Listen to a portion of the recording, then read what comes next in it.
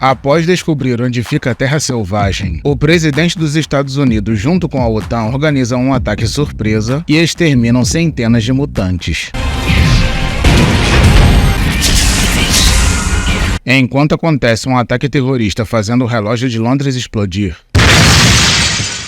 vemos os cidadãos britânicos desesperados fugindo dali. E de acordo com a informação dos policiais, o ataque foi realizado pela Irmandade dos Mutantes. Em seguida, vemos os mesmos guardas entrando no Pássaro Negro, pois na verdade eles são os mutantes de Magneto disfarçados. E quando vemos que Ciclope está pilotando o veículo, ele começa a reclamar por Mercúrio não ter esperado o tempo combinado de explodir a bomba para dar tempo do prédio ser evacuado, e o velocista diz que o importante é concluir a missão, pois acabaram com os planos do primeiro-ministro Tony Blair de montar uma equipe de sentinelas. Com isso, Feiticeira Escarlate abraça Scott pedindo para ele desculpar a impaciência do irmão, e ele diz que deveria deixar todos eles voltando andando para a Terra Selvagem.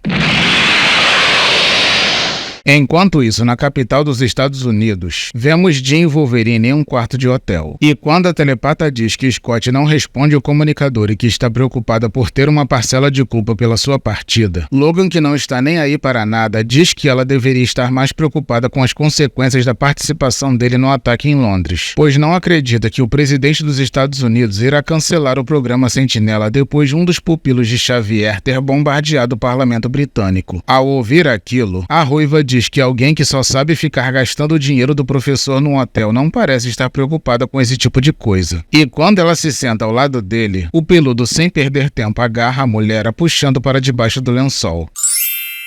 Enquanto isso, na Casa Branca, o presidente Bush recebe os X-Men. E quando Xavier e seus alunos entram no local, o Careca pergunta se o incidente em Londres irá influenciar em sua decisão de suspender o programa Sentinela, e ele responde que não, pois acredita que a negociação é o melhor caminho. Entretanto, ainda existe uma última missão para as máquinas de Bolivar Trask. E quando Xavier diz que não está entendendo, o presidente revela que eles descobriram a localização da Terra Selvagem. E quando o professor pergunta se eles estão planejando um ataque, o político responde que consultou os diretores da OTAN e a decisão foi unânime, pois seria de grande irresponsabilidade não aproveitar um ataque surpresa. Ao ouvir aquilo, Xavier claramente se mostra contra aquela decisão e informa que provocar Magneto colocará a vida de todo o planeta em risco. E enquanto o presidente informa que aquele é um risco que eles precisam correr, uma grande quantidade de sentinelas partem em direção ao atual lado dos mutantes.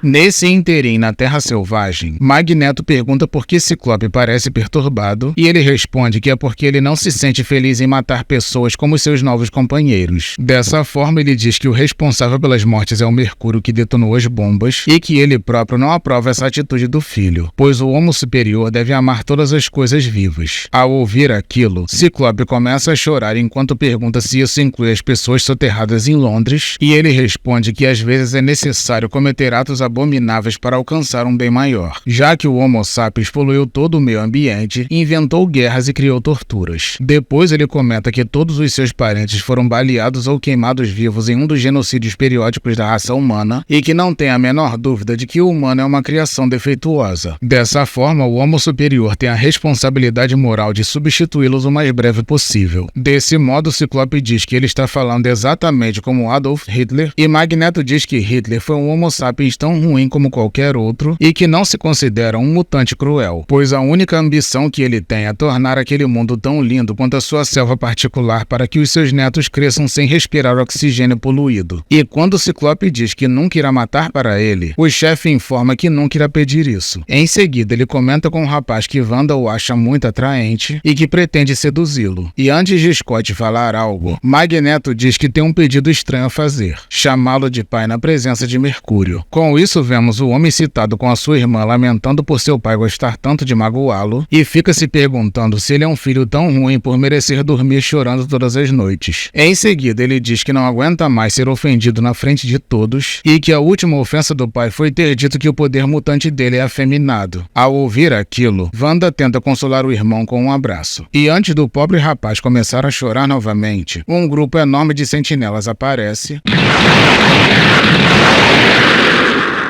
e começa a matar todos os mutantes do local.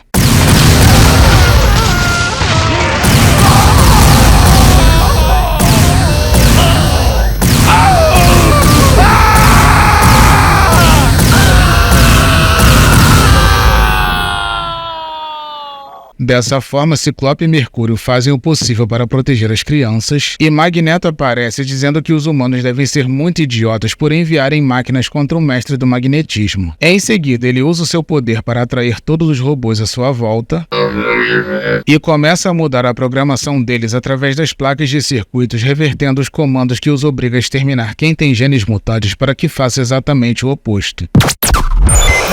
Ou seja, ao invés de matar mutantes, eles irão matar humanos.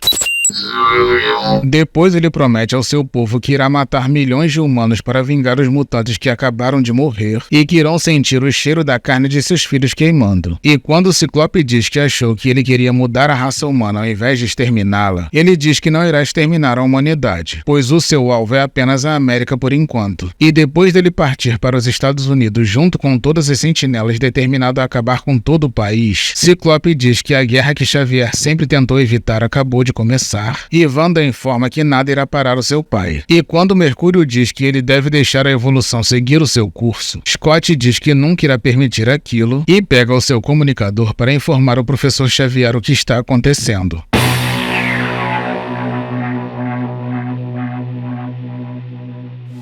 Bom, meus amigos, esse foi o 5º vídeo da saga X-Men Povo da Manhã. A narrativa que vocês acabaram de assistir possui o roteiro de Mark Millar, desenhos de Adam Kubert e editor-chefe Joe Quesada. Foi publicado em 2001 e corresponde à 5ª edição da revista Ultimate X-Men Volume 1 pela editora Marvel Comics. Tá gostando? Então se inscreva no canal para se tornar um habitante do planeta Vital e não se esqueça do like. Eu sou o Marcelo Vital e agradeço por todo o seu apoio.